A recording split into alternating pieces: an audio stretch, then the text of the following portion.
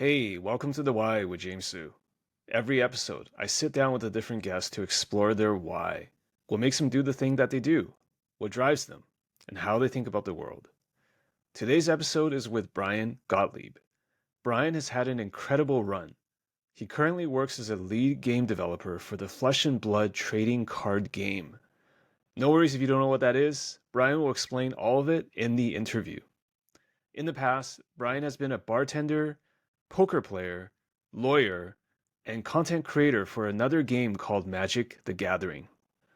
In this conversation, we sit down and explore the fundamentals of game design and what it's like to move from the US to New Zealand. Bryan's passion for his craft shines through here, and you're going to get a very strong sense that he's found his calling card. Enjoy. All right, Bryan, I want to start with a very simple question. Who is Bryan Gottlieb? How is that a simple question, James? How do you define yourself? Deceptively simple, yet extremely I don't think complicated. it's the least bit simple. That's really hard for me to answer, actually. I think who I am has changed a lot over the course of my life. And it's also like it gets to the root of a very interesting topic of discussion. It's like, I think when we answer this question, a lot of times we do so via our jobs, our work. And I think that's kind of like, if I had to guess, I expect that's kind of how you expect me to answer this question. Um, but I kind of hate that, man. Like, it seems like we're just supposed to be so much more than those titles we hold, the things we do. Um, I, I think if I had to answer this question, I would say I am a guy who's constantly in pursuit of new interests and exploring the things that interest me deeply to their absolute fullest. I tend to change a lot what is sparking my passion in a given moment, but when something does have my passion, I want to not only know everything about it, I want to be world class at it. I want to understand it on a level that justifies that level of obsession, that level of interest. And I think that is the thing that, as we maybe talk about some of the more traditional ways that people define themselves, things like jobs, I think that's the thing that will probably shine through in a lot of my experiences, is just like how extreme I took so many of these things that have defined my life path, and how far I carried them. Um, but I still don't want them to define me, man. I think they should be like part of a kaleidoscope that informs who I am. Yeah, I hear that. I think fundamentally the question is super flawed. So maybe I can use a personal example. I never tell people that I'm a runner. I tell people that I enjoy running because if I don't want to define myself by, oh, James is a runner or a podcaster or has Sure. this for a career, because what if it gets taken away from me tomorrow where I'm not interested? Let's say I have a knee injury tomorrow. I It can't happened to me, run man. anymore. It happened. I Then think I'm last no time we longer a talked. runner. I've lost my identity. I'm Yeah. gone, right? Last time we talked, I was at running marathon lengths. Since that time, I caught COVID pretty early on in the pandemic. I never really recovered from that. Then I caught an Achilles injury. I don't run anymore. I can't. I physically cannot. And I've tried many times to rebuild it. And this comes from someone who was running, 15, 20 miles a day. I am in bad shape now. I've put on weight since the pandemic, just because you know how it is when you're a runner and you run those kind of distances. You could eat whatever you want. It doesn't matter if I'm running 20 miles a day. Like, and my whole lifestyle was so built around that level of intense exercise that I never really rebuilt it when that was taken away from me. So it's been a really strange experience to lose that part of my identity. And I think, if people were to go back and look at other times you and I have spoken on a podcast, uh yeah, that is absent from my life right now. And you're right. Had I used that as part of my self definition, and I think I did to some extent, it feels like a part of you is missing. And it's something I've felt very, very strongly in that time, since I've lost that part of my sort of day to day routine. hmm You did say though that you're all in, right? I mean, to use it's my words, not yours, but all in, like when you're after something, you pursue it to the fullest, like you want Yep. to get world class. There's also kind of a circular thing that I sense in your answer, which is that you need to justify that your level of all in ness, right? Or else it's not worth doing? Is that how I can Yeah. infer No, from? I think that's good, and it can be troubling sometimes. There's a level of like I can't play a game casually. I need to know everything about it. I need to understand everything about it. If there's no mode of like improving, progressing, understanding, I can often lose interest in things very quickly because I don't find that quest within them. So yeah, I think that's a very astute way of putting it. Okay, so what are some things that you're absolutely obsessed or interested in right now? Yeah, right now my obsession is based around game design, and maybe more importantly than that, my obsession has been the game Flesh and Blood, created by my now very good friend James White. Someone I didn't know prior to this kind of journey, but I've become very close with. He just made, after years of participating in the TCG space in various forms, either as a player or someone who was working on the distribution side, or just someone who loved and appreciated everything there was about TCGs, finally set out on his own and said, I want to do this. I want to make, my masterpiece, my life's work. I want it to be this game that's been in my head for all these years. And he spent all this time developing a game. And, my opinion of the random TCGs that appear on the market, it's usually very low. I think a lot of them miss a lot of the things that fundamentally make for great game experiences, things that can withstand the test of time. But something really special is going on with Flesh and Blood. And first, I bought all in as a player and just really fell in love with the game top to bottom.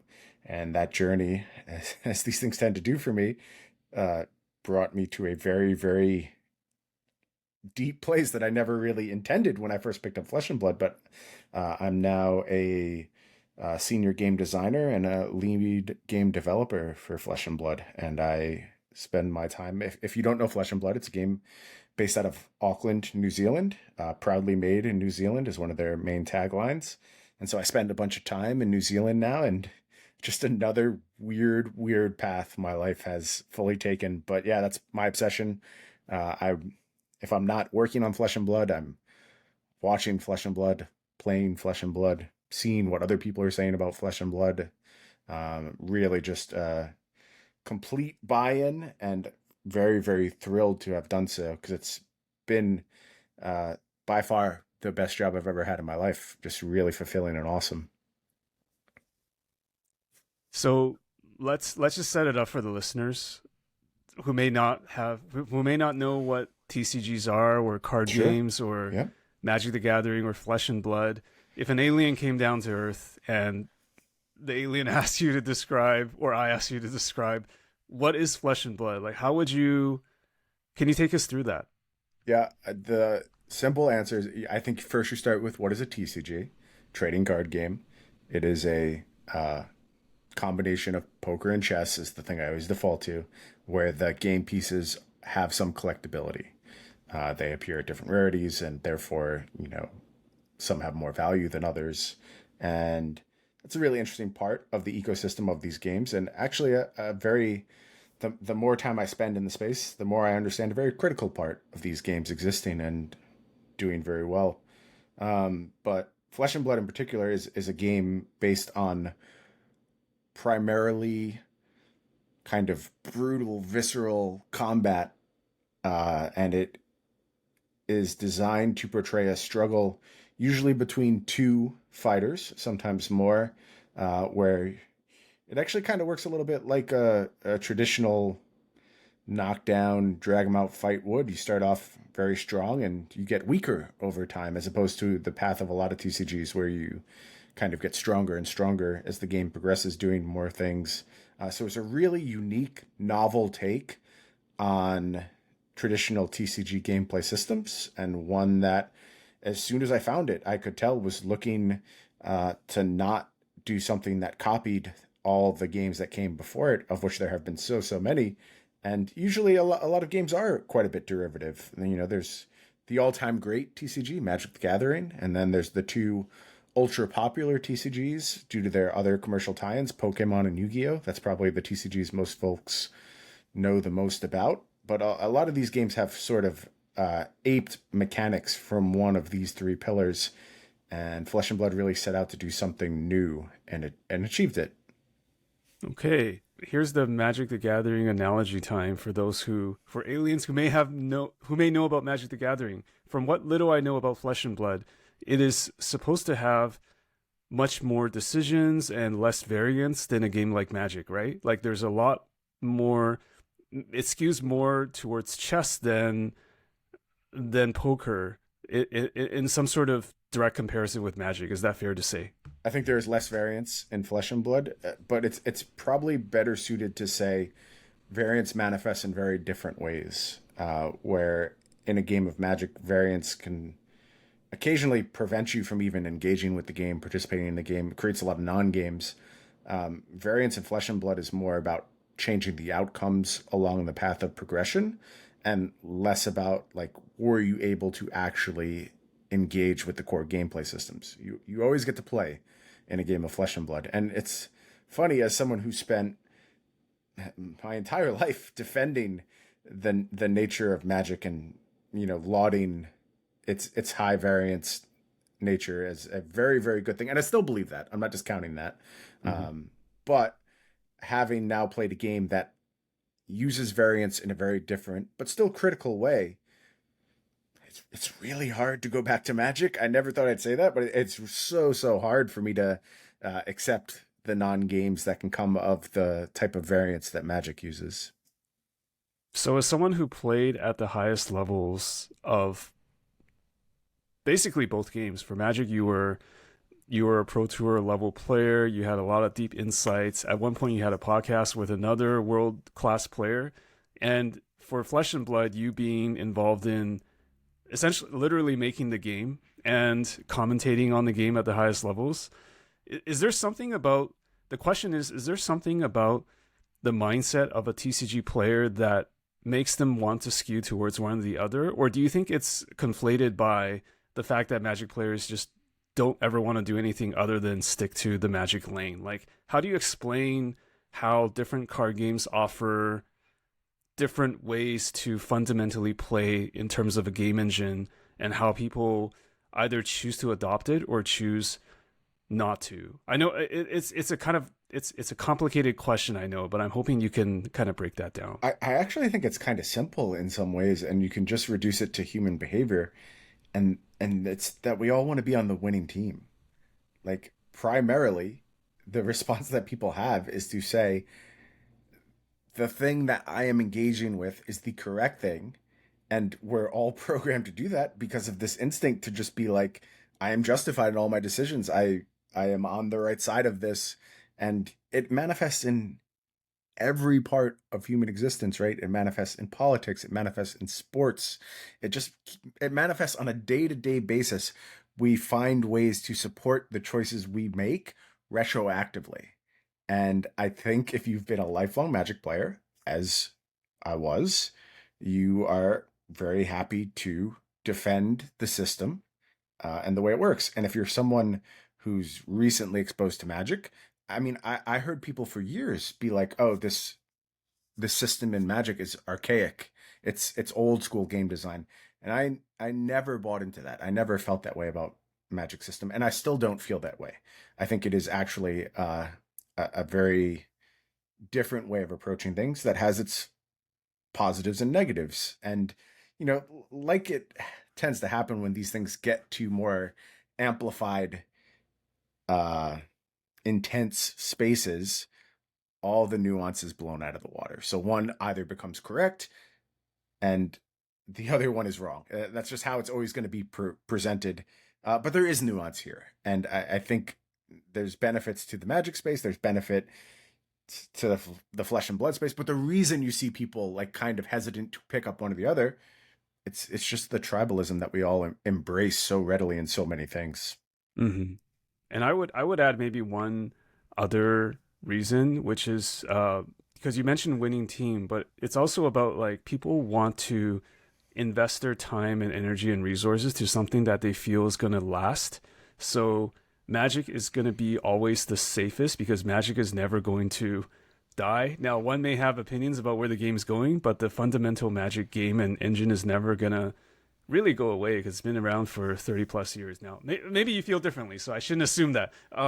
But with new TCGs or CCGs, there's always, at least for me, like a risk. Like, is it gonna be around in the next couple years, right? I think for Flesh and Blood, that question has kind of gone away because it's basically persisted, right? Would you say that that's true? Yeah, I mean, we just released our 10th set now. There's many more in development, ready to go.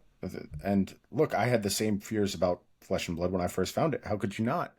How many games have actually realistically carved out a long running niche and been able to sustain themselves and didn't just chase a quick buck and, try and cash out when the cashing out was good? That's always on the table for any TCG. And I'm not going to lie to you and say I didn't fear that when I first found Flesh and Blood. I knew it was a possibility. But as the game has matured, as I've gotten to know the people behind the scenes, gotten to know the company, obviously, like, that makes me a bit of a homer. I have a very vested interest in saying this now. I'm not denying that. But it's 100% true that these folks are in it for the long haul. They want to make something special. They manage their business in such a way that is designed to make sure this is something that can exist for a very long time.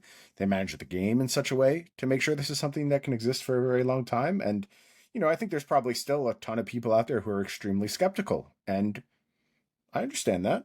Like, the burden of proof, I think, is on any new TCG, because if you list the TCGs that have actually made it for an extended long run, there's like 6, man. And that's out of who knows? Is there even 6? I thought it was just the 2 that you So listed. the 6 I would say would be Magic. I would say Pokemon. I would say Yu-Gi-Oh. Then there's things like Card Fight Vanguard, which, like, look, it's not a game I've ever played, but it's been around forever. So Yeah, it's around. that system is like there. It very much has buy-in. There's some other stuff in the anime spaces, like even something like Weiss Schwartz, I think, has been around for a very extended period of time now. And That's I would true. kind of give them that credit. But I'm running out of options here. Like, that's about all I've got. And, this is out of hundreds and hundreds and hundreds of TCGs, and most just don't make it. That's the reality of the situation. Look, I grew up in the 90s with games like Spellfire, Oh, Annie every game. I played Mayhem, them all, man. I played literally every game. every game, like even Wizard stuff, right? Like Netrunner and like Sure. Vampire. BattleTech. Yeah. Battletech, yeah. Shout out to Battletech. I remember Yeah, that. you can list them forever. Shadowrun, like, honestly, L5R was another one. Like, L5R was Oh yeah, L5R. legitimately great game. Some of these games are legitimately great games. I would put Netrunner in the category of legitimately great games. That in and of itself doesn't guarantee anything. Like, there's a lot that has to go right for these games to have a long run. But I think Flesh and Blood is set up to be one of those games for sure. So yeah, this is a great topic. What do you and the Flesh and Blood team believe needs to happen or continue to happen in order for the game to stand the test of time? You guys must have thought about this and discussed this All the time. all the time, right? All the time.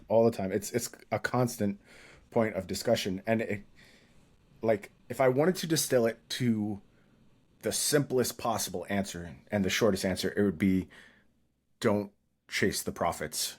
Focus on creating a good game. Because that's the easiest way to That torpedo sounds so your game. counterproductive, though, right?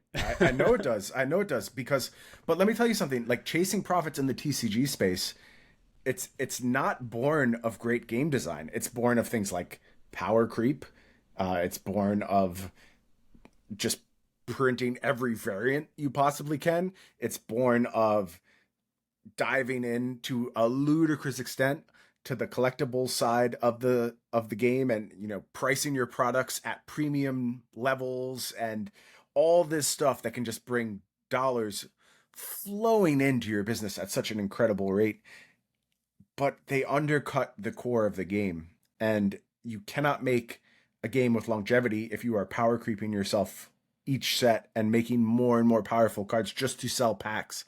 That doesn't work. That's short-sighted. And the other thing is losing connection and trust with your players. I think that's the main thing. If you're making a product that is designed to, serve your players' needs, give them what they want, let them engage how they want to engage. I think that's how you can really find success. And you have to accept your players as they want to engage with your game.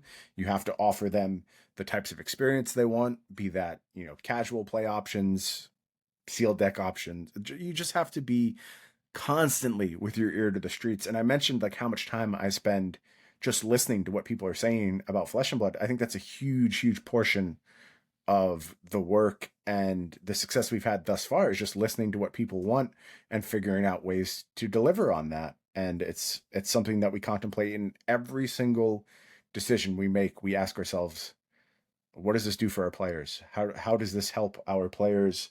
And that's the starting point for everything we do.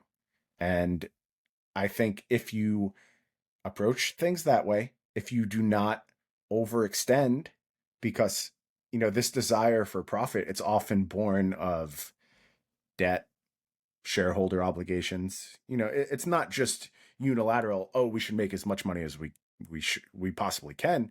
It's often driven by a lot of obligation, especially, in the instance of games that are in the publicly traded space. I think it's very easy to cast them as villains in a lot of instances, and I'm mostly talking about Magic here, but ultimately they have shareholders they have to serve and corporate boards that are going to ask for certain levels of production. And it's a shame how it impacts a game, but they are beholden to those interests. And I think we are very careful about who we are beholden to and basically make sure it's always the players. Like that is who we should always be beholden to. So there's a very strong customer focus or player focus in terms of just trying to think about what is best for the players. 100%. 100%. And a lot of it is just asking myself, like, well, what did I want? Like, how did I want?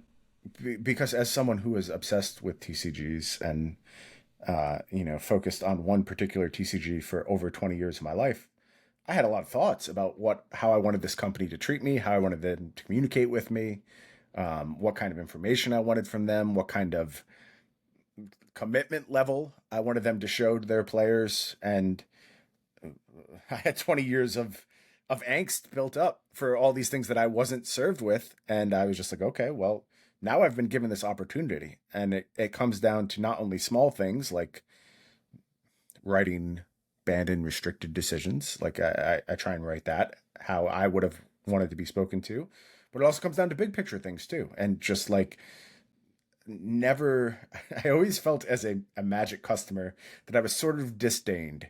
Like I was tolerated. They were happy to accept my money, but they didn't really want much beyond that. And even as like a content creator in that space, when I was making podcasts, I mean, the only tweets I ever saw from someone officially working at Magic were like negative, trying to attack something our podcast said. Nobody ever said, oh, thank you for putting out 400 episodes devoted to telling people how good our product is and how much you want to play it, and writing for 4 years these strategic articles and thoughts on how the game, like nobody ever had a word of thanks as far as that went. And it's just something I took very personally, and I said I was not going to approach things the same way. So there's some interesting things I want to unpack here. One of which is how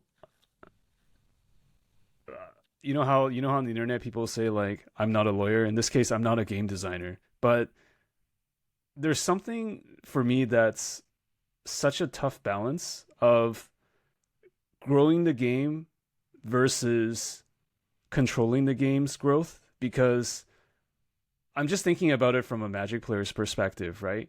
Like, I don't want to see a lot of pushed cards, but I can also see a kind of different point of view, which is we need to push things in order to sell them. And sometimes pushing cards and making them exciting or high powered and selling cards, they're not mutually contradicting goals, right? Yep. So in Magic's history, I'm only using Magic as an example, there have been sets that have been relatively underpowered and sold poorly. And when designers look back on those sets, they're always like, oh, we could have bumped it up a little bit.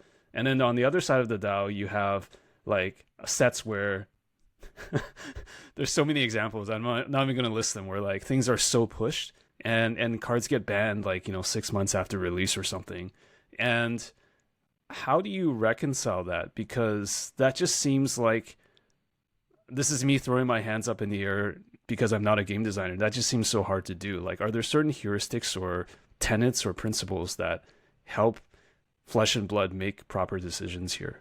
It is really hard to do. And there's no perfect answer as to how to do it, but there are a few things that I use as sort of tent poles and just things I've picked up along the way from consuming a lot of content about design, from having good friends who are designers, and just studying games for years, because I don't have formal design training. Frankly, I don't even know what formal TCG design training Yeah, I looks don't like. even know. Like, do you go to school for that or something? I'm I have no sure there idea. is a program somewhere, and it's probably not very good. I'm sorry if there's a great program out there. I may not just know about it, but a lot of these things often, when you like are thinking about game design at Mildredelli, like that is often very, very bad and not teaching you the things that actually matter. But maybe there's somebody out there doing a great job. I would certainly like to try it someday.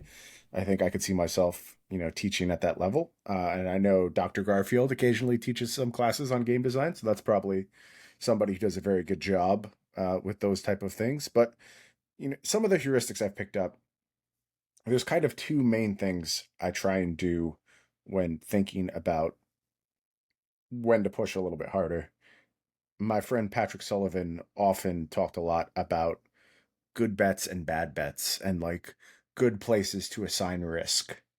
So essentially, when you are making those powerful cards that are supposed to excite and move metagames forward, uh, think about the type of experiences they will create in gameplay and understand where it's worth it to take a risk. Like, what does the outcome look like on a chase card that is the featured hero in a set, and you expand the rules a little bit and do something brand new that nobody has ever seen before, and it comes in pretty hot, and Hmm. that deck all of a sudden becomes the best deck in the format. Well, in that case, I feel like you highlighted one of your heroes, one that was the focus of a set that you just made. It was a card that did something new and exciting that people had never seen anymore. And I'm thinking of a particular card. If there are Flesh and Blood players listening, I'm thinking of our most recent kind of redo of Levia. Levia redeemed, Blasphemate consumed. And it was a really good spot to take a big risk and put a lot of power into a card. A worse spot would just be, generic, boring common that's designed to fill a role in draft. If you take risk there and it blows up in your face, well, it wasn't really worth it. You didn't get anything from that risk. You didn't make a card that's going to be polarizing, but maybe loved by a bunch of people. You just made a card that was kind of flawed.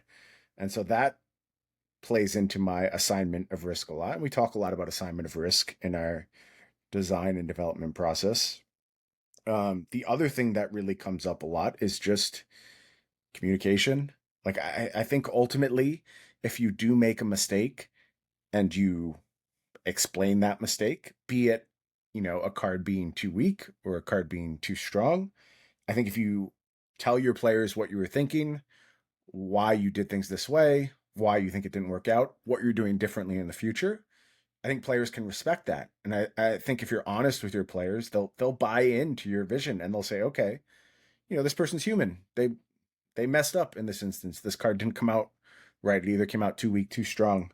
But they're aware of that. They responded to it. They acknowledge their faults, and they have a plan in place to prevent this from happening again. And Flesh and Blood in its early days, it had its outliers. Like, there were some really, really strong things that destabilized metagames quite dramatically.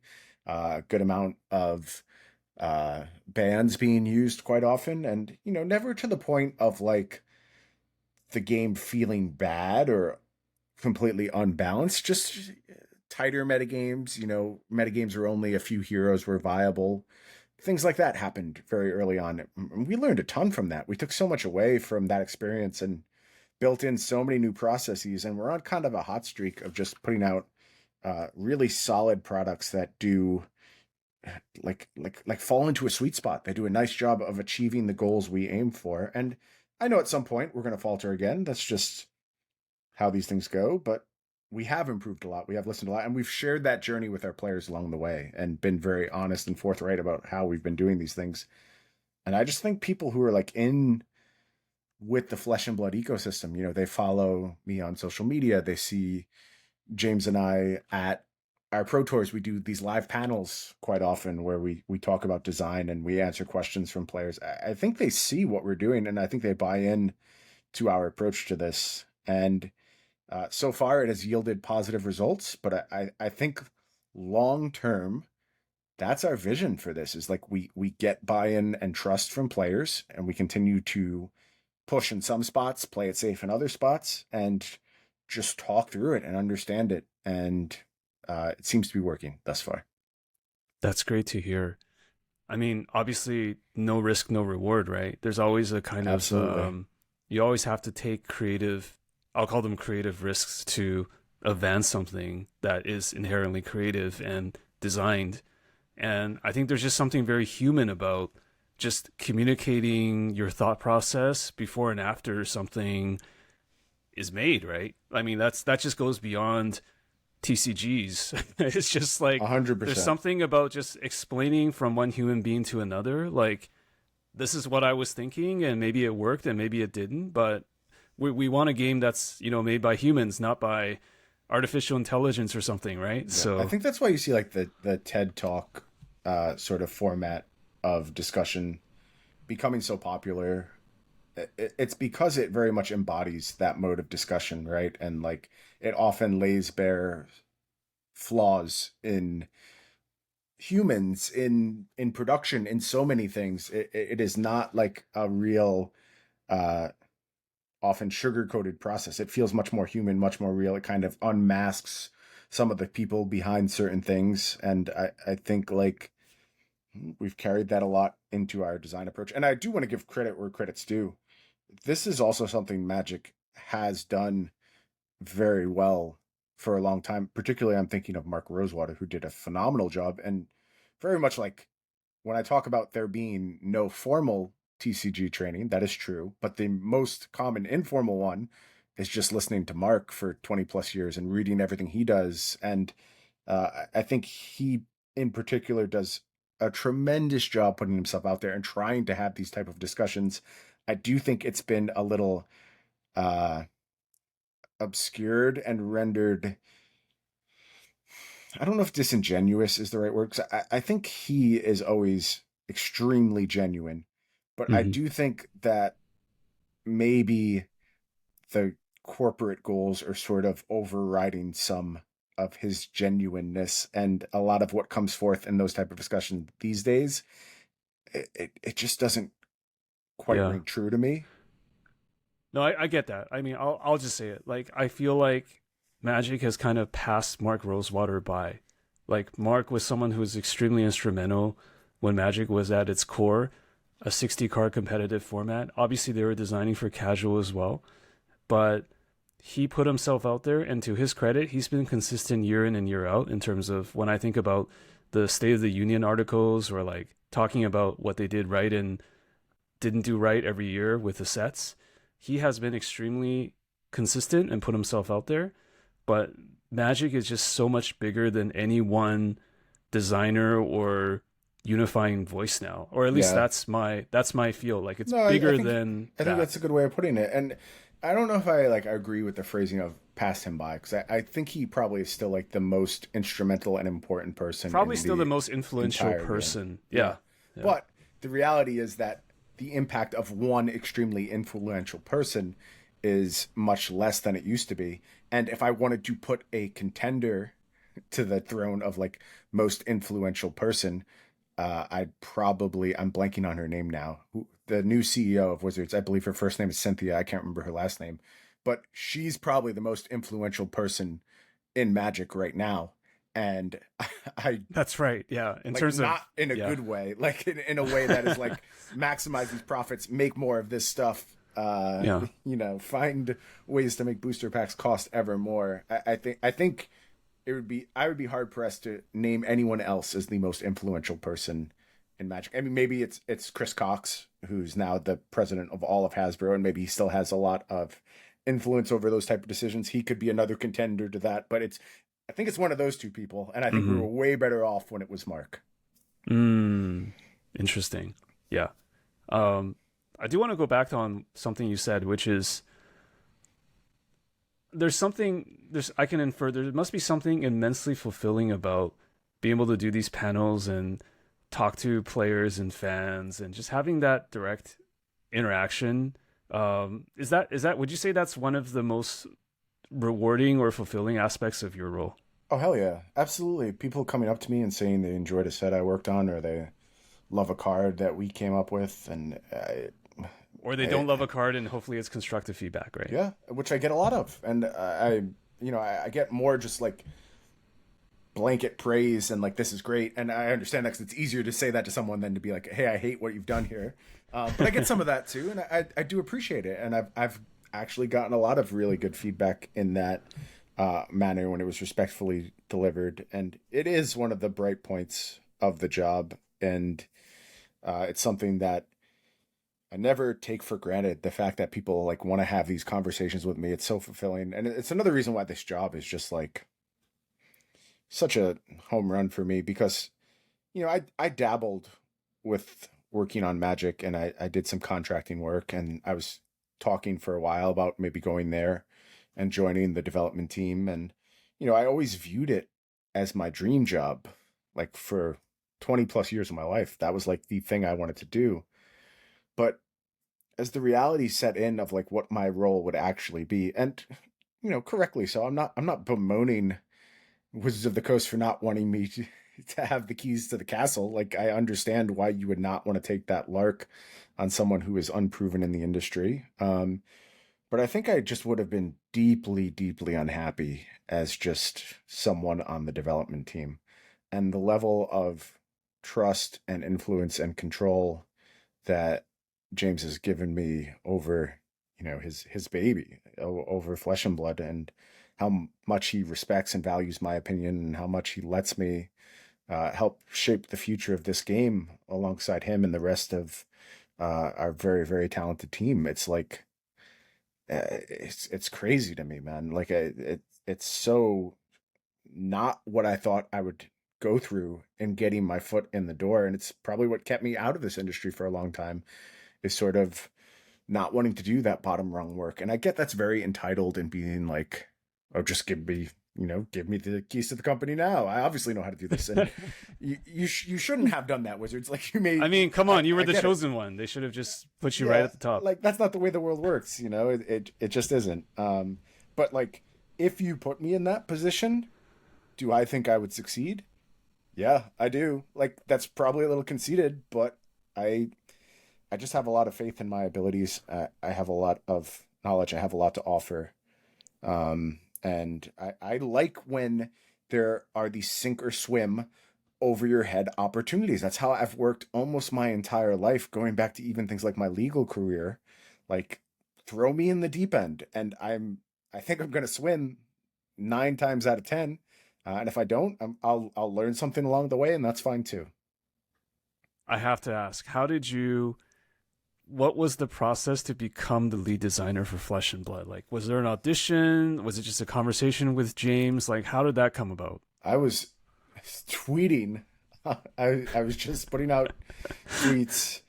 Twitter, where dreams happen, right? Yeah. So I had been tweeting my experience with Flesh and Blood, and just kind of, noting that I was really enjoying it. And I hadn't interacted with James at this point. And I had been tweeting pictures of like my very rapidly expanding collection of Flesh and Blood decks, and I put out this long kind of Twitter thread just laying out my thoughts on the game and how I thought it was in fact something special, and not just another TCG. And around the same time, Star City Games scaled back its basically all of its Magic content completely. Already, the commentary role that I had done for such a long time had gone away. But at this point, they let go of the vast majority of their writing staff too. And this was pretty much my main income at the time. And, you know, I was in a position that I didn't need to run out and find work. That wasn't really what it was about. But I was just like, hey, my calendar's opened up a little bit. If there's opportunities in the gaming space, I'd certainly be willing to have conversations with folks. And I think James's first message to me was move to New Zealand, question mark. And my answer was, well, maybe not right away, but like you and I should probably have a conversation. And then we had that conversation and it was really, really good. And it was clear we saw things very similarly when it came to TCGs and flesh and blood. And then I was asked to do a contracting role and just kind of, sort of some late stage review of a set that was pretty far along in its development. And I did that role.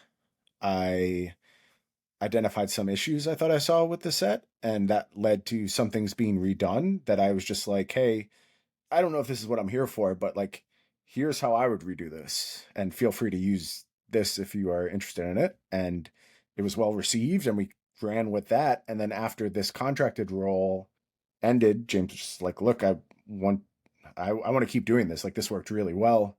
Are you open to doing more contracting work? And I said, yeah, let's get a recurring contract on the books. We did that.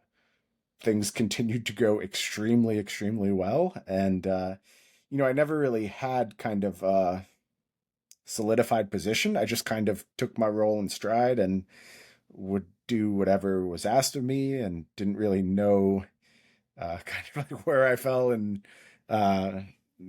management hierarchies and things like that. Cause it didn't matter. Like it was just such a positive working environment and I had good relationships with everyone that it didn't feel like any need to be like, oh, I am the X person on this team or I'm the Y person on this team. It's just like, let's just do what we're doing. It's working really well.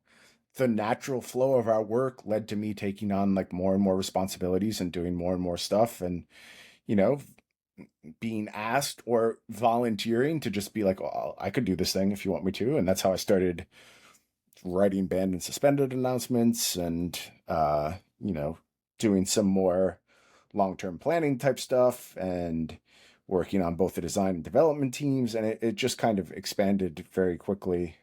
Yeah, so the informal workflow worked for us and it then congealed into something a little bit more structured, but still all those same relationships are in place. I still I love working with this team so much, all aspects of the Legend Story Studios team. It's great, man. It's great working with a bunch of people who view the business of TCGs the same way I do. That's really what it comes down to. It's like the same focus, the same goals, the same just like good, kind-hearted people that want to make something that they love and something that's really special, with a focus on doing it their way. And, there's so many little things about the way the team works that appeal to me. Things like the immense amount of pride they have in coming from New Zealand and, producing something that is very much from that country, how much that means to the folks in New Zealand to have their own TCG. It's just really cool to be a part of that. What is it about you that allows you to just be like, put me in, coach, like just jump into the deep end and just have that confidence about it? Because I just don't care. Like, I don't care. I don't care if I fail. Like, what does it matter? I've been through so many things at this point, and like, frankly, the fact that they've mostly worked out has very much put me in the position to be like, all right, like, let's just try this. How bad could it possibly go? But like, if it does go bad, I don't know. What did I lose? Like, I looked kind of stupid. I've looked stupid a bunch of times. And anyone who speaks a bunch or appears on camera a bunch is just going to find themselves in a position to look foolish. Lawyers who occasionally have to go to court or anything like that, you're just going to mess up a bunch. And in my better moments, I can just focus on the fact that nobody really cares what I do. Like, it just doesn't matter all that much in the grand scheme of things. And like, there's not a group of people who are obsessing over the mistake I made 3 years later. It's only myself doing that. And I do still do that to some extent. Like I don't want to make it sound like I'm this Zen master who can just let everything go, like water off a duck's back. But ultimately, when I actually get down to the core of what matters, this stuff is just whatever. Like if I'm not tying my identity to what I do, then I can fail at it, and it doesn't make me less of a person. It just means I failed at this one thing. So what? I'll succeed at something else. It doesn't really matter. I'm trying to think about what you said about what makes this work environment so amazing for you, and maybe like tracing it to perhaps the earlier days of Magic. Because I have to believe that at some point in time, Legend Studios or this game is going to get more and more successful. And when it does, some of what you enjoyed now may go away. You do see that possibility, right? So Of like, course. does that mean at some point in the future, like if that happens, you just do you try to adapt to it, or would you then move to? Because I'm just thinking like maybe Magic 25 years ago was like in the same spot, like they were doing a good job of communicating with players. Actually, I don't know. Like maybe they were terrible back then too. But like there was more like design control over things. Like there was Yeah, a I more think it was probably similar. I think it was probably like scrappy and Mhm. a lot of more individual startup like, control. less Yeah, people, yeah, less cooks in the kitchen. Yeah. yeah. I think I'd be foolish not to fear that because things develop in unexpected ways. That being said, the people who are presently in charge, I don't have that fear with them. Like I just I, I know these folks now. I trust them. They are not there to chase the dollars. They are not there to put one over on anyone. And maybe the biggest concern for me would be like leadership change. As long as it's the present set of leadership at Legend Story Studios, I don't have fears like that. Now, leadership can always change. Businesses can change. Things can be sold. Unexpected things can happen, right? And Mhm. you never know how that's going to go.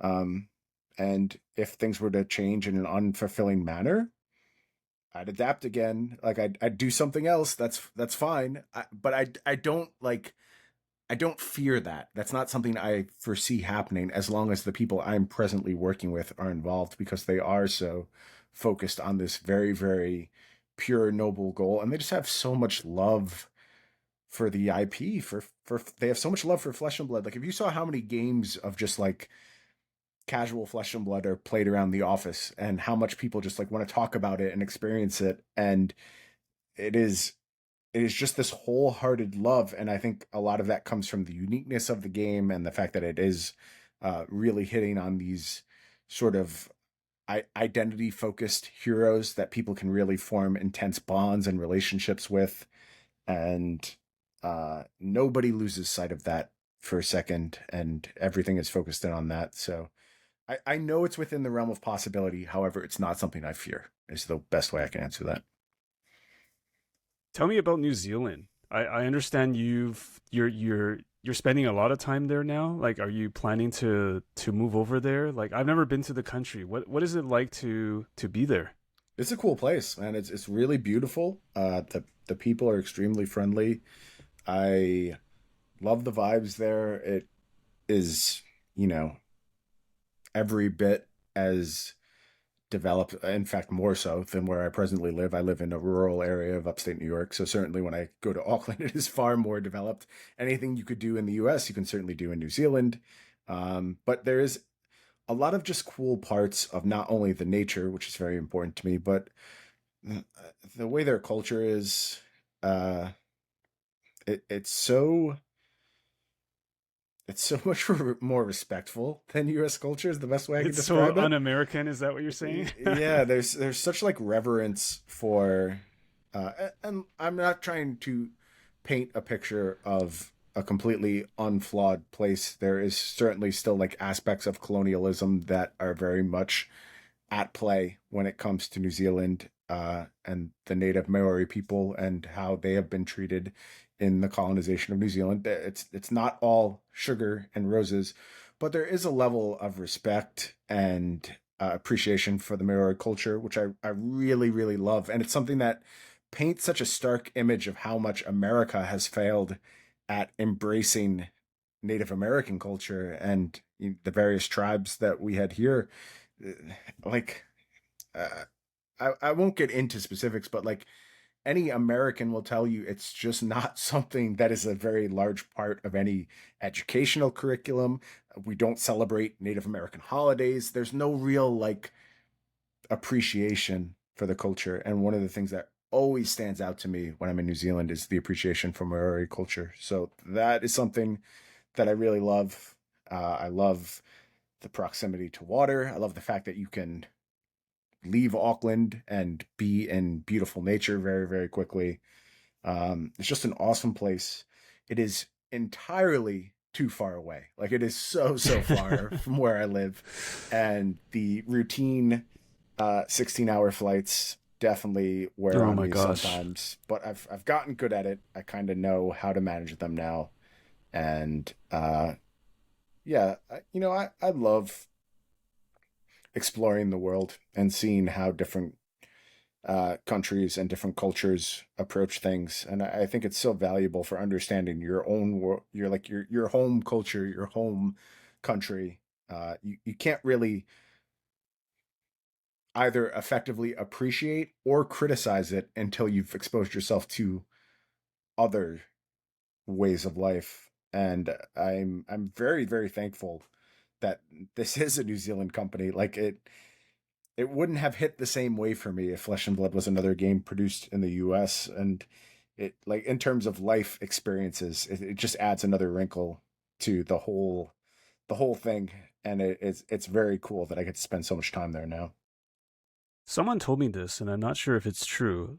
They said that Flesh and Blood, part of its success is the fact that it originated in New Zealand, that it was given space to breathe and incubate in a relatively smaller market before making its way to other places like the US. Is there some truth to that?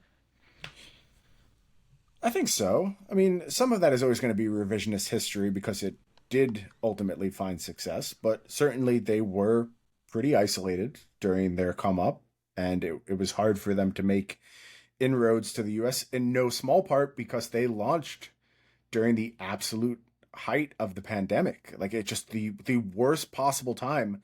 Like coming back around to Flesh and Blood, the core tenet of Flesh and Blood, part of the reason it has its name is designed to bring people together in the flesh and blood to play great games.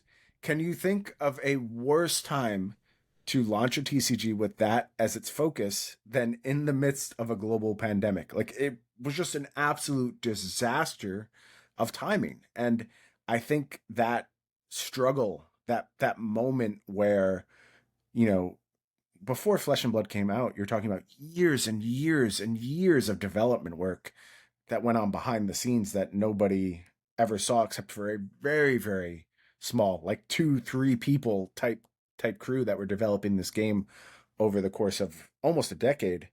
And then to finally bring it to fruition at a moment where the entire world goes tits up, like what a disaster. But I do think it sort of emboldened the team a little bit. I think it strengthened them. And I think it also did let them grow through some stuff while they were still smaller and navigating some of the early problems and getting that stuff under their belt only led to greater success as the game hit a more global audience. And that's one of the other huge things that really stands out to me as a success of this game is, just in my time since I've been working on Flesh and Blood, it's become so much more global, man. We're in multiple languages now, and you're printed in Italian, Spanish, French, German. And there just aren't that many TCGs that make the effort to print in all these languages and bring people from all over the world together. And we do have representation from all over the world when we go to our pro tours. We have folks from New Zealand, Finland, Australia. They're everywhere. Taiwan. Like there's this huge, huge player base in these random alcoves all over the place. We just officially launched in Japan, so become this incredible global thing. And I do think that some of the focus of like get it right within New Zealand first, make it work here, and then let it expand slowly across all these new markets. And we continue to look for more markets that we could potentially bring into the fold over time. But none of it was rushed, right? It wasn't, we're a global TCG right away. It's about expanding within your limits. And it kind of goes to that like chasing the dollar thing. Like, don't chase being a global game. Make a great game. Make a great game for New Zealand first. And then when New Zealand loves it and you have that support, use it to get to the next market. And then when that market loves it, use it to get to the next one. Don't overshoot. And I think Flesh and Blood has done a really good job of that. Talk to me about how the game uses certain campaigns or marketing initiatives to grow, because I know that it was like how it got onto my radar was just, Flesh and Blood announced, is it also called Pro Tours? Like there's Yep, yeah, so absolutely. competitive play, generally that's something that gets people excited to want to invest in the game or That's their how I energy got in the drawn game. in. Yeah. Yeah, like tell me about like all the things that Flesh and Blood has done to grow, because like you mentioned, like for example expanding into different markets. Is that purely word of mouth, or are there things that you guys are trying to do deliberately to make sure that it can resonate and land in? No, I mean we have a really, there's so many talented folks involved with Flesh and Blood, and that's not just like talented artists and designers. That's talented people who have worked forever in global supply chains, in marketing, like just very, very experienced business people who understand this stuff really well. And there's been so much work to, find good ambassadors for the game, find good distributors for the game, all of these things. There's so much that I had no freaking clue about, by the way, that goes into producing a global TCG. To say it just kind of happens by word of mouth, that's selling an entire team way too short. There's so many marketing efforts always going on. And a ton of them are also focused through like LGSs, which I really appreciate as well. A lot of the marketing is designed to be, not quite word of mouth, but very much at the grassroots level and work through that traditional means of game distribution, the local game store, and something that has gotten maybe a little bit left behind in the course of TCG's evolution, with games being available for purchase on Amazon or in some instances direct from the company creating them, bringing things back to very much an LGS level, having the local game store events with cool promos you can get, like all of that stuff is very key to the marketing of Flesh and Blood. And I think getting people playing the game into those spaces in front of interested people was very instrumental in letting the game spread as quickly as it did. Got it. Are there any we talked about some of the the good intentional ways that the game is advancing from a design perspective. Do you think there are any missteps that you guys have learned from? Like, because one thing I constantly hear or just read about as admittedly a non-player is just things like, I think it's just the stuff that just generates headlines or outrage on social, but it's just things like, uh, the cost of playing the game, or the fact that there are like really expensive premium versions. And I admit that I'm asking these questions from a place of relative ignorance because I've not experienced it myself. But are there maybe not these specific examples even, but just are there things that you feel like are constructive criticisms of the game that you guys are working through? Yeah, I think cost of the game is a very fair criticism, and one that was on our radar from the beginning, and one that we were taking proactive steps to address, and were somewhat foiled by the fact that the game was also simultaneously growing at the same time at a ridiculous rate. And so there's sort of two things going on in terms of the price of the game concern. One is the price of the legendary cards in our game, which happen at a fairly, higher rarity. And for a long time, $100, $200, you could see that for a legendary card. And there are still some legendary cards that cost that much. However, we've dramatically changed the way distribution works. And if you go back and look at the last 2 sets of Flesh and Blood, the simplest, most unadorned version of a legendary at this point, they're floating in like the $30 range. They're not what they were when this game launched, and it was never intended to sort of stabilize at that level. You know, the card that everyone always points out when it comes to Flesh and Blood being expensive, it's Faendal's Spring Tunic, and that is a card that is in a huge number of decks. So it's a staple, you would say, right? Absolute staple. It's in so many decks. It is more rare to see a deck that does not play it than a deck that does. And for a long time, it was a pretty expensive card. It was floating up there in the $150, $200 range, and that was not that's not the goal. This card has been reprinted 4 times now, and we just announced a 5th reprint of it in our most recent upcoming set. We are trying to get more of this card into circulation, without completely invalidating what the folks who were early investors in this card spent on it. Like, we want everyone to have access to their Spring Tunic. We want everyone to be able to play with it. And we've very much gone down that road multiple times. The problem is, in the interim, since we've gone down that road multiple times, we've got hundreds of thousands of new players playing all over the globe, and they all want a Tunic too. So it's like we're kind of being crushed under our own success here, where we're very much trying to get these into the hands of players. And the problem is, every single time we sort of underestimate exactly how many players we need to get it into the hands of. But we're trying. And I think if you look at the way the legendary prices are trending, there's a very, very clear downtrend for the cost of these cards. Flesh and Blood decks are becoming cheaper, and I think that is an awesome thing. I'm very, very happy to see it happen, and I think that will only continue as time goes on. It will be more and more accessible. That way more and more people can participate. Mm-hmm. The second thing that I think is going on, and I want to think about how I present this. Capitalism is having a moment right now. It is a system. I shouldn't have laughed at that, but it's just I did not expect that sentence to come out of your mouth. It is a system which has always been inherently flawed, and as we approach late stage capitalism, that becomes more and more obvious. It creates a lot of perverse incentives. It stifles a lot of creativity, and it makes it so you are not going to be able to produce a great TCG unless you're able to sell those cards. Just is what it is. And I want to talk about a couple of games I mentioned earlier on in the podcast. Legend of the Five Rings, Netrunner. Again, incredible games in my estimation. I think both of these games are legitimately great top tier TCGs that could be all time. Yeah, they should be in the classics. CCG Hall of Fame if there is one. I agree. At some point, both of those games switched to what's called an LCG, a living card game.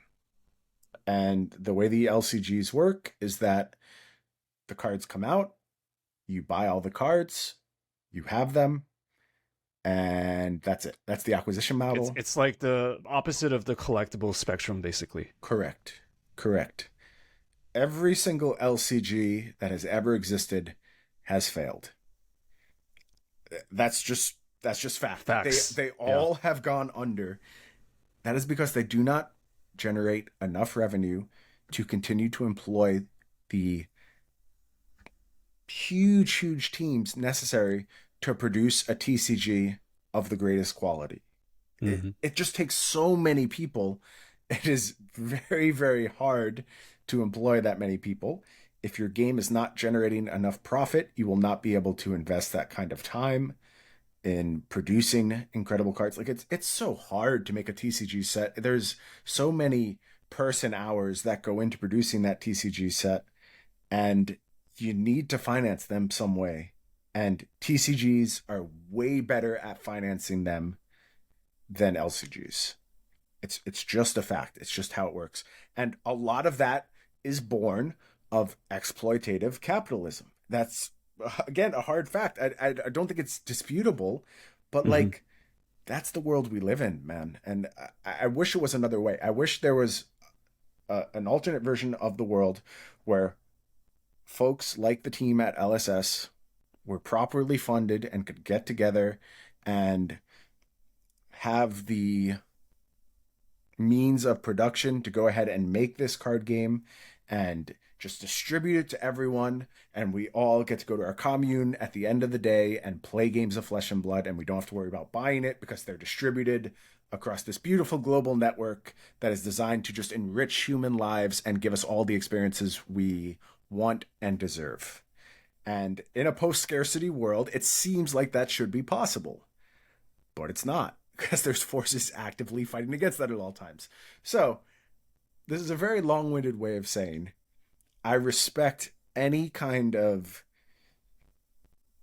There doesn't have to be legendary cards. Everything should be cheap. There's no reason for these things to be expensive.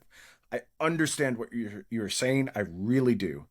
But the reality is we would not be able to fund the creation of this TCG if it didn't engage with this very capitalistic model. It is what it is, man. I hope someday things change, but that is just where we're at. This is also my theory, but I suspect that there's a silent majority that wants the games to be more collectible. So it's not even just like, on the production side. That's why they sell, man. Like look at Magic stuff. Like look at these collector boosters that are $50. Like, yeah, these people want this. Somebody is buying them, and I hate to say that, and I not even I hate to say that, but that's the reality, right? Yeah, so, absolutely. Yeah, I think it's a weird thing because it goes back to what we said about like there being some sort of like levers or dials or spectrum. Like you have to find the sweet spot, and it's not like anyone's ever going to be fully happy at any time. No, or everyone's going to be happy. Truth, man. Nobody's ever going to be fully happy. Yeah, and I think it's just about also going back to what you said, just kind of communicating why you're doing things a certain way. And I don't want to say let the chips fall where they may. That's not really how it works, but just at least communicating the rationale and basically looking at what you said, right? Like we don't want this to become a game that's dead in the water like a couple years from now. Yeah, so I want there to be many, many more decades of Flesh and Blood. I hope. I love playing it. I love creating it.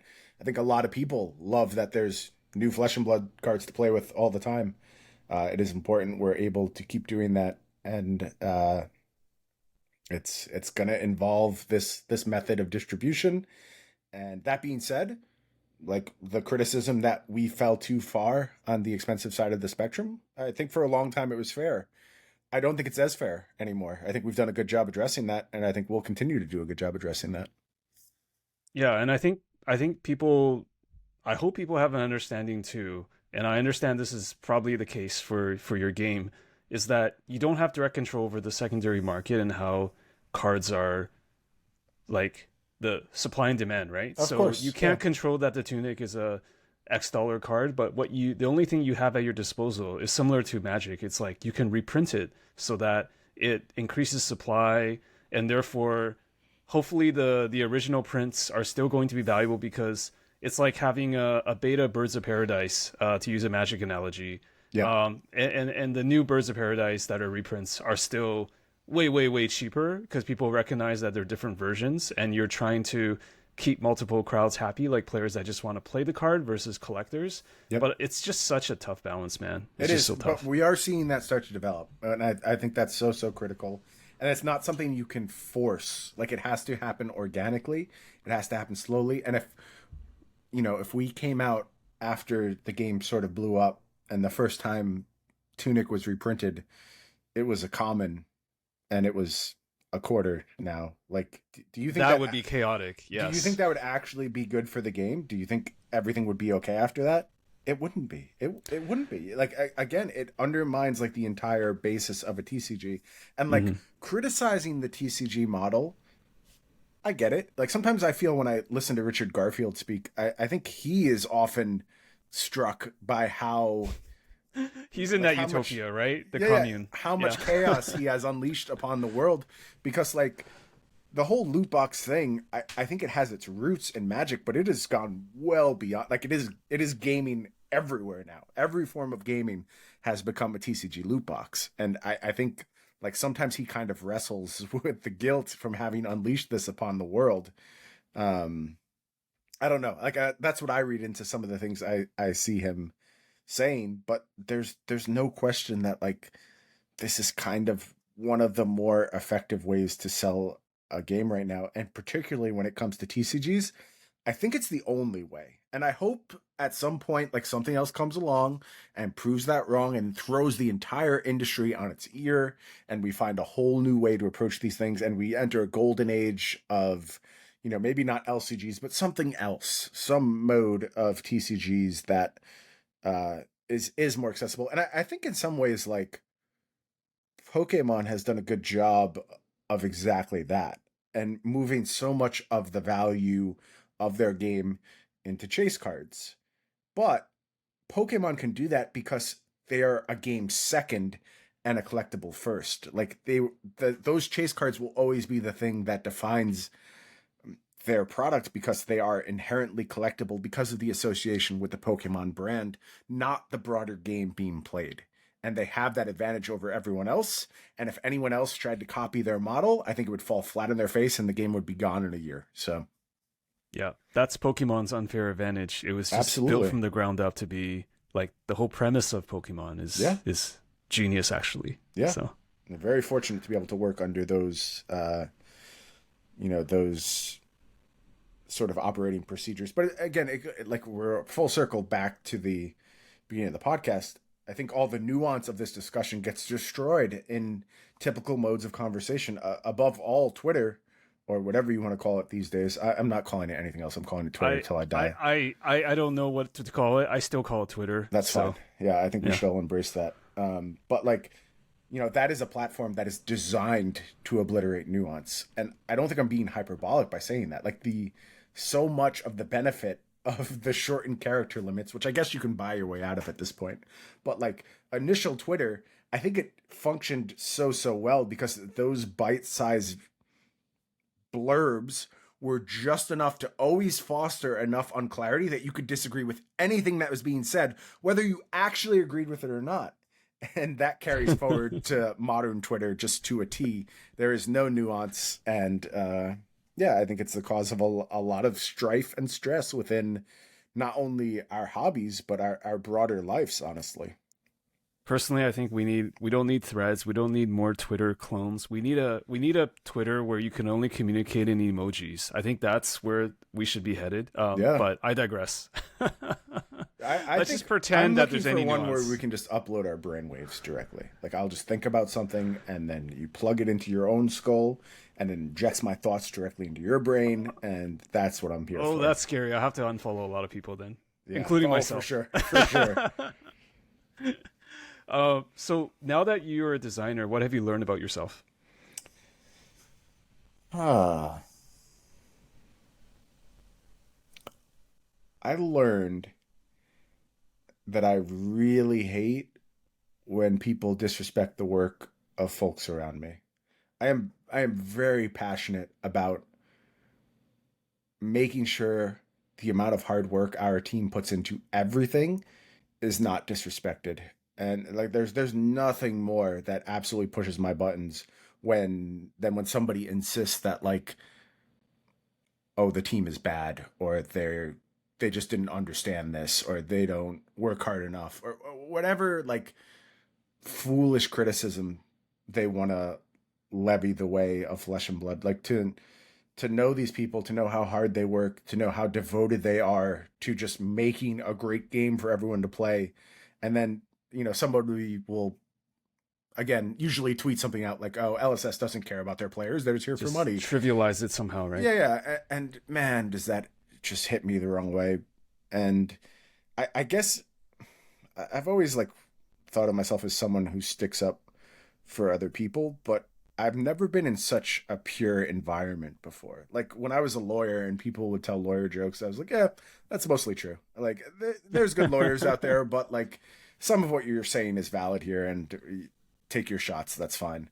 But in this case, man, where it's like these people work so hard to bring something so special to the table, to see people take shots at it, it just comes from a place of not knowing, and yeah, it hits me hard and can definitely set me off.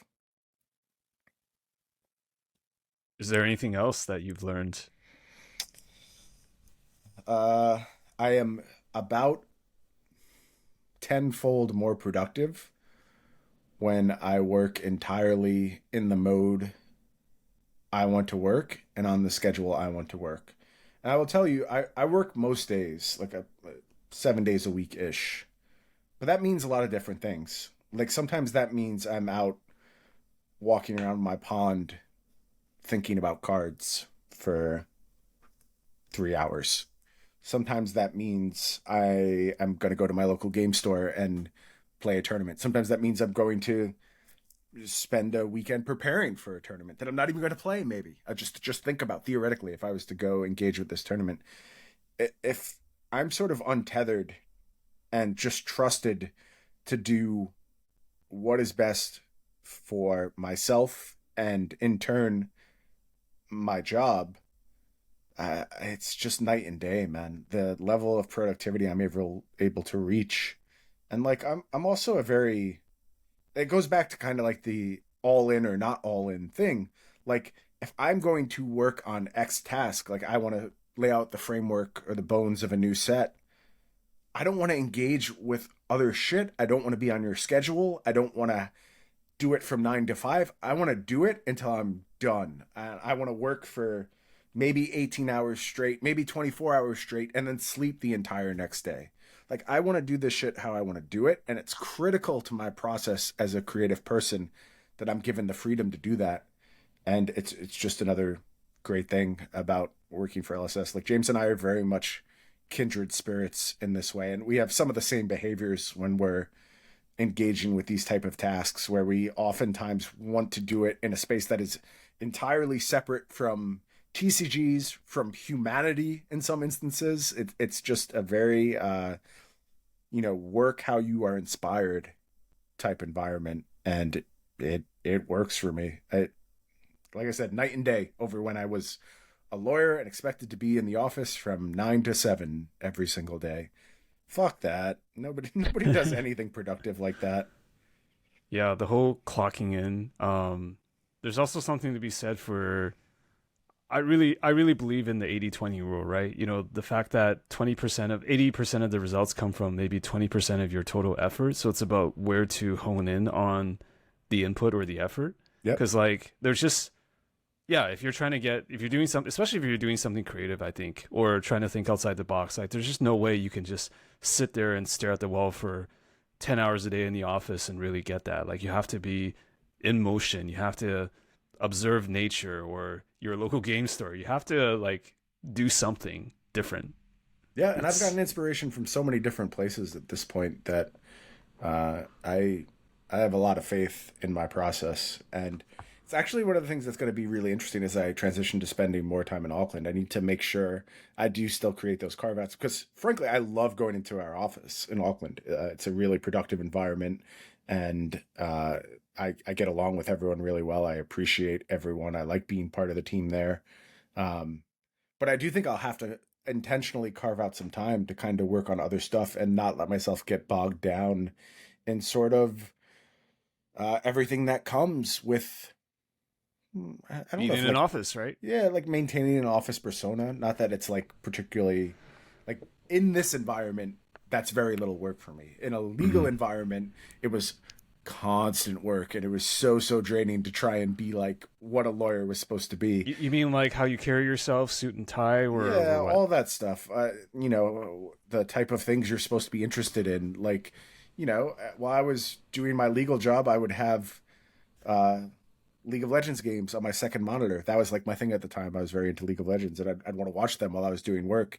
And like shit, if a partner walked into my office and saw that, their head would have exploded on the spot. But I'm very confident I could go into my office at LSS and have whatever I want up on the screen. And Right. the other day we took a brief Street Fighter break in the middle of the day, played a little Street Fighter 6, refreshed a little bit. Like you just get to be the person you are in positive spaces, and that's not what the lawyer experience was for me. I think for some people it is. Like some people, that is who they are. They're they're interested in the legal field and they care about all that stuff. I did not.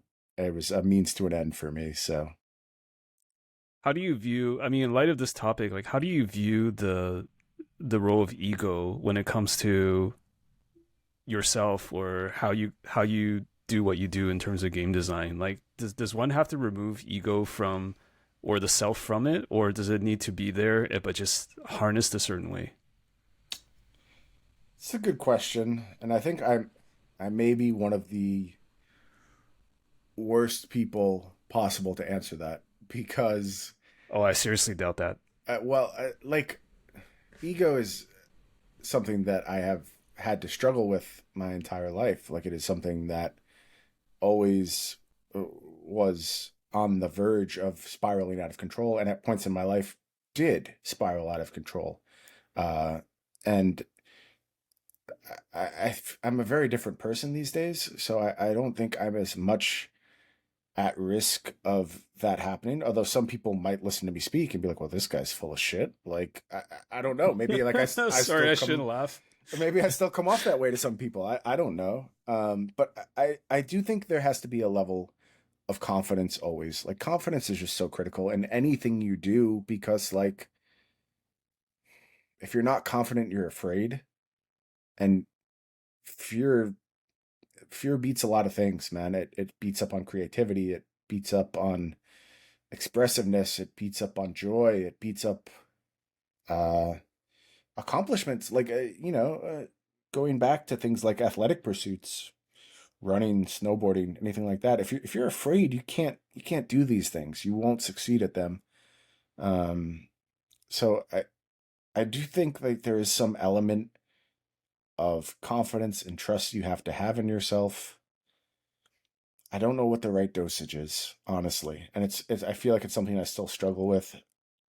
I think I have naturally toned it down to some extent, but I still need to tap into it from time to time. And I still need to have belief that I am right about things. Because how easy would it be for imposter syndrome to sneak in this scenario? Like I already talked about the fact that I am not a formally trained game designer, whatever that means. I'm not like I think people who are in the level of role I'm presently in at LSS are the type of people who have been doing it for 10, 15, 20 years in a lot of instances. I've been doing it for one.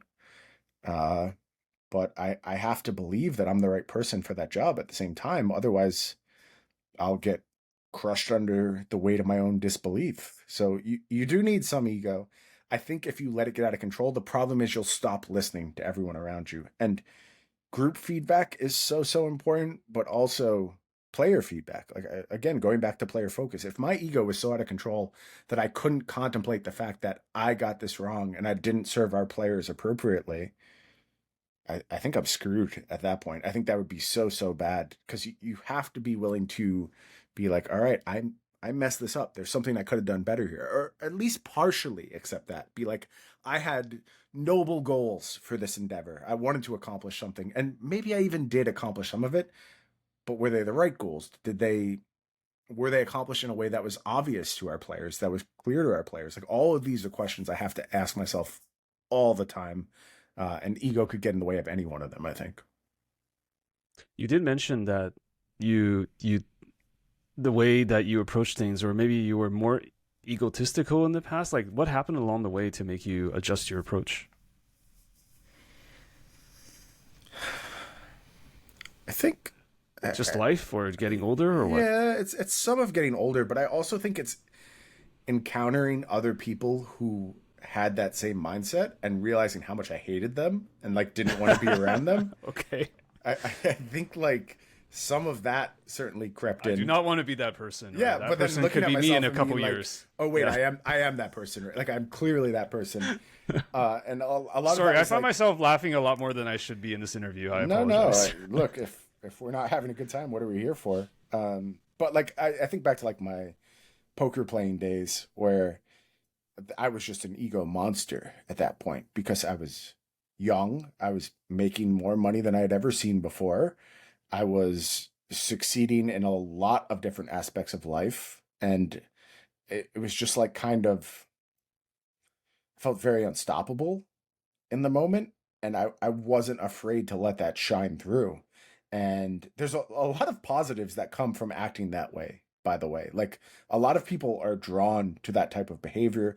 You can get away with a lot of bullshit by engaging with that behavior. Like, it just is kind of like, there's a reason con men, that's short for confidence men, right? Like, Yeah. there's something to that. You can do a lot with confidence. Um, but at some point you wake up and you realize, like, oh, this is all kind of vapid and not real. And uh, do I actually want to be around myself?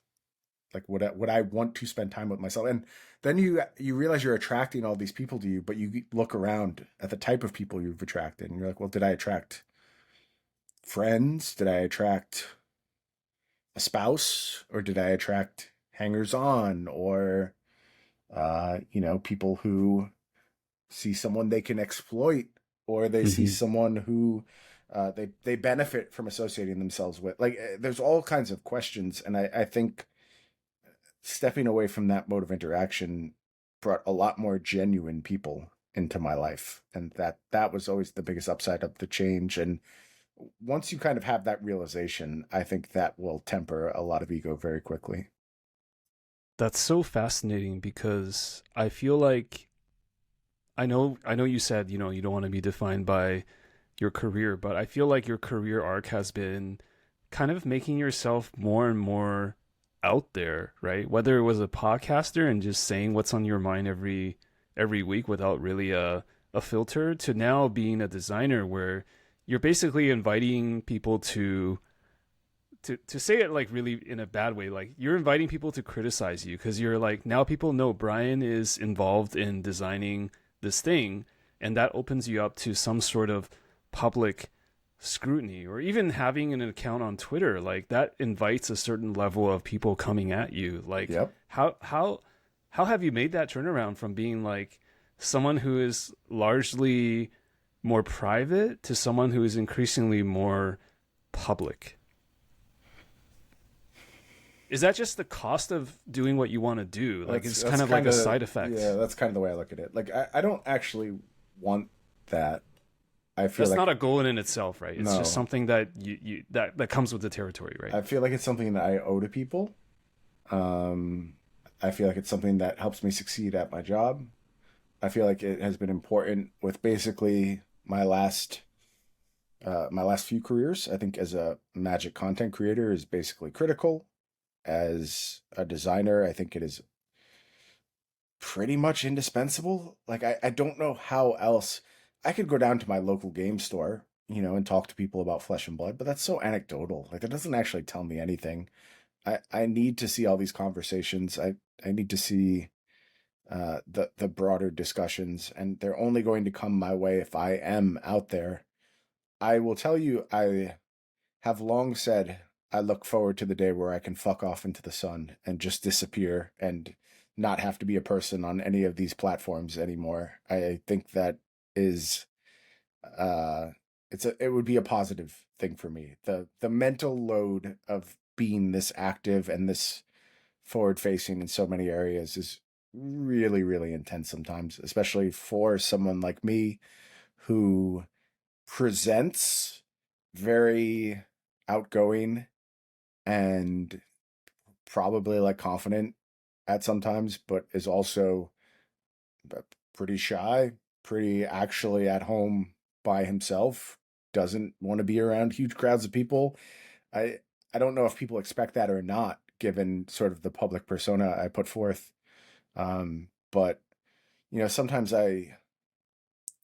I'm with my friends who are not in these spaces, and it seems like so simple. I'm so envious of the fact that, like, they don't have a social media presence, and if they have a bad job, if they do a bad job at their job, they come home and there's not a ton of people tweeting about how bad they did and how foolish they are. And it seems like sometimes a very a much truer way of life. Like, this whole thing that we've created in this microcosm, this bubble society of TCGs, it all feels very fictional sometimes, but not when you're in it. Like, not when you're existing in it, it doesn't feel fictional. When you step back, it looks very fictional.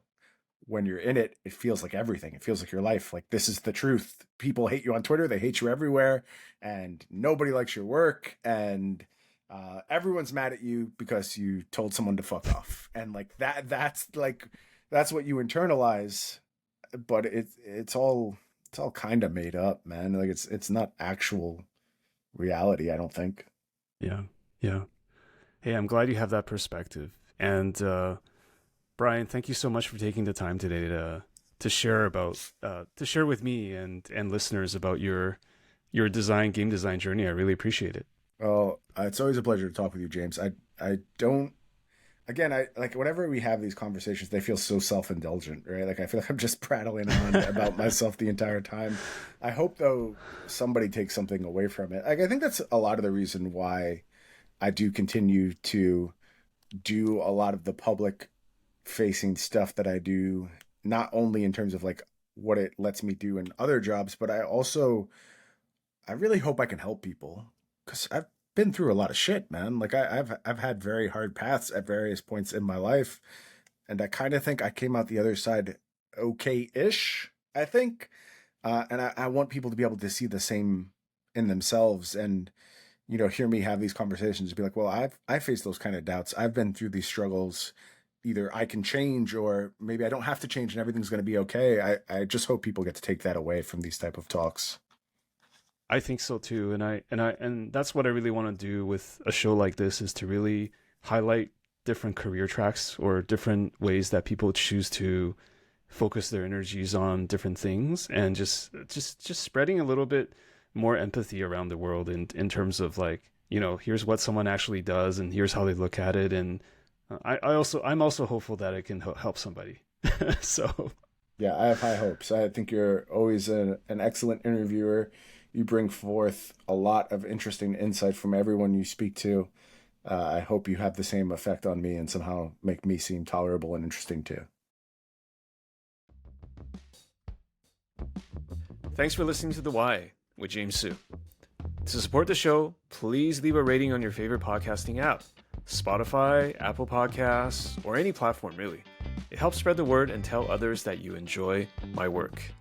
Same goes for YouTube. If you're watching this on YouTube, please subscribe and leave a comment.